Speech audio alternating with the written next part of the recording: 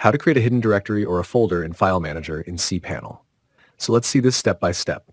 First, log into your cPanel using the login details provided by your hosting company.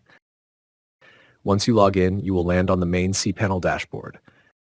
Next, in this page, click and enter File Manager section under File. And again here, we will need to enter public HTML directory. Here, to create a directory or a folder in File Manager, click the folder in the top right of the page. Next, in this new folder pop-up window, enter the new directory or a folder name and click Create a New Folder button.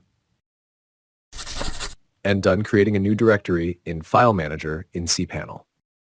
To make the directory or a folder hidden, we need to rename the directory or the folder.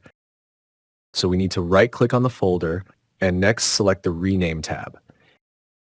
To hide the folder, we need to add period in front of the directory or folder name. Next, click Rename button and update the changes made in the pop-up window. The media directory has been hidden in File Manager in cPanel.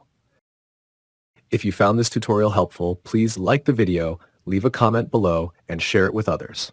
And don't forget to subscribe to the channel.